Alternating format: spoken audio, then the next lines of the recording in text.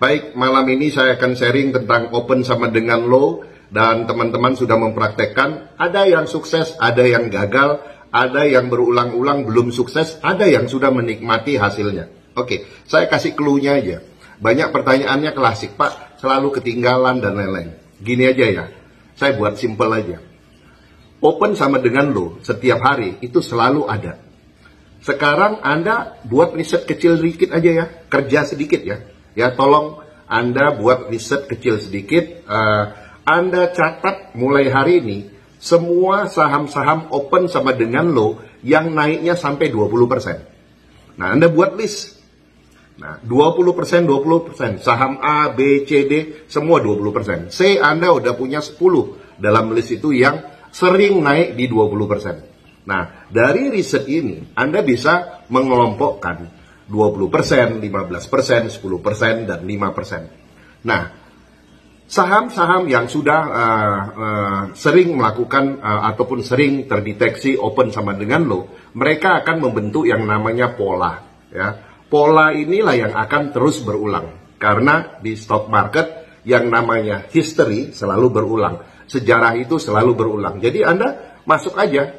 Jadi Anda setiap hari trading di saham-saham yang selalu naik 20%. Nah, kemudian ini rahasianya lagi yang belum pernah saya bongkar, dan biasanya saya bongkar di acara coaching dan mentoring. Kali ini saya bongkar ya di malam ini. Oke, setelah 20% Anda buat listnya, kemudian Anda catat momentum-momentum mulai dari 1%. Kalau di 1% Anda udah untung, dia naik. Momentum keduanya ataupun di critical momentumnya adalah 3,5%. Begitu dia naik 3,5%, dia nggak kuat naik ataupun dia turun 3,4, 3,3, 3,2, Anda jual langsung. Tapi kalau dia naik 3,7, 3,6, 3,8, Anda tahan. Dia akan menuju 5%. Nah, di 5% ini juga titik kritikal yang kedua.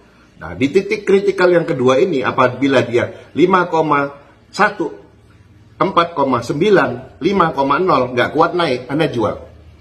Tapi kalau dia masih kuat naik, 5,3, 5,4, 5,5, Anda tahan. Confirm.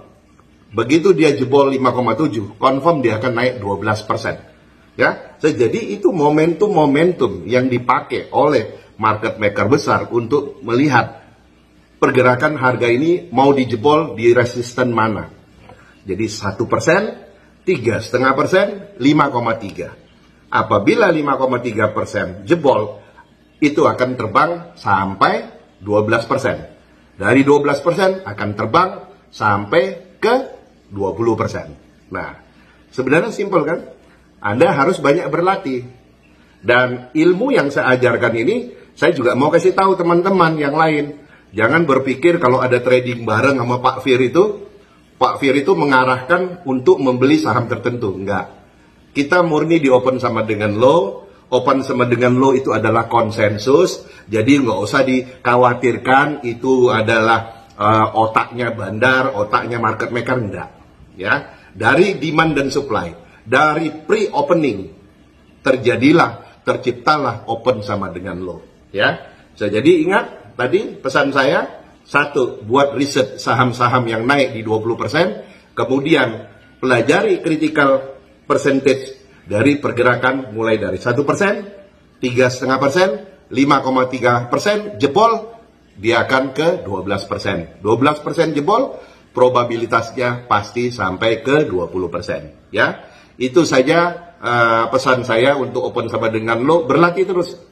Yang sudah sukses dengan open sama dengan low, terus pertahankan dan terus berlatih, jangan pernah absen, dan tingkatkan modal Anda apabila Anda sudah yakin dan sudah bisa konsisten.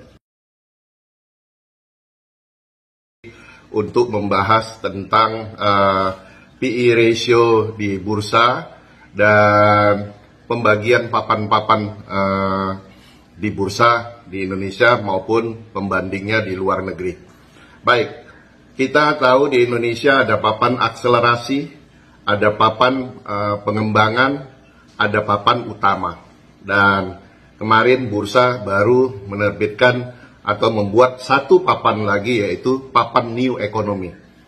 Malam ini saya coba diskusi aja lah, sharing ataupun memberikan pandangan alternatif supaya kita bisa melihat kembali aturan ataupun melihat kembali segmen ataupun klasemen lah, kalau kita lihat mulai dari akselerasi sampai di papan New Economy. Papan akselerasi sudah jelas untuk bisnis UMKM yang sedang berkembang, kemudian asetnya juga di bawah 50 miliar, jadi memberi kesempatan pada perusahaan UMKM untuk melantai. Kemudian papan pengembangan lebih tinggi lagi, dan papan utama sekarang asetnya harus di atas 200 miliar, kemudian revenue-nya juga harus besar di atas 800 miliar. Nah, sekarang ada satu papan lagi, papan New Economy.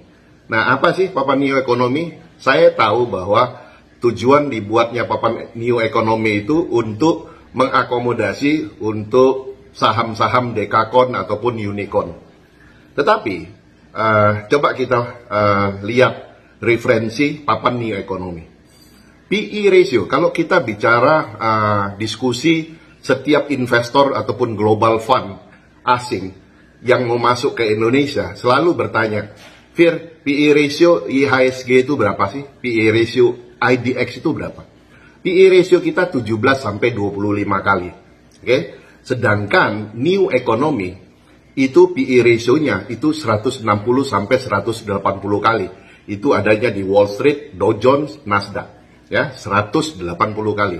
Nah, sekarang kita lihat di Indonesia, Bank BCA dengan kode saham BBCA, itu Anda boleh lihat PE ratio-nya 25 kali.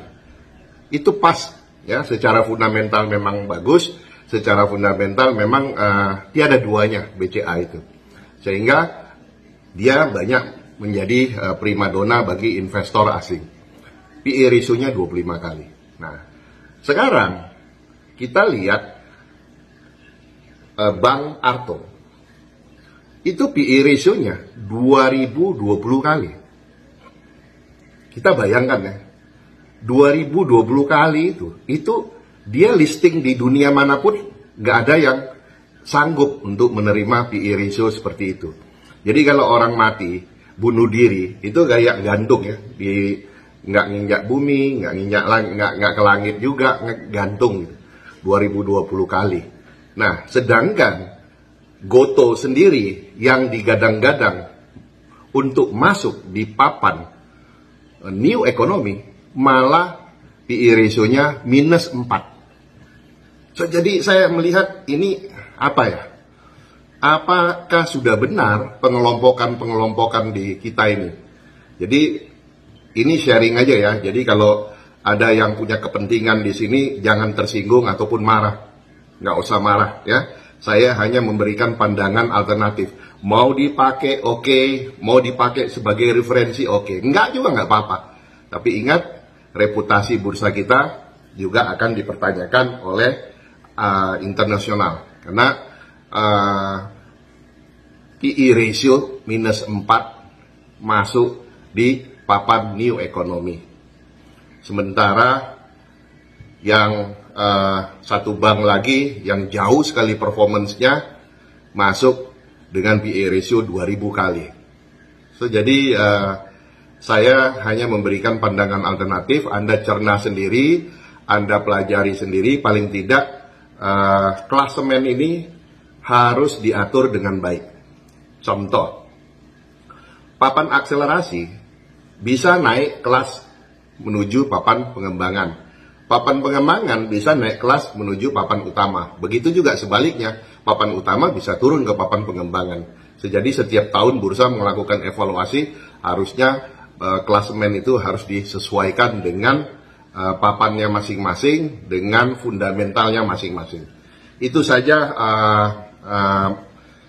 pandangan alternatif dari saya, semoga bermanfaat.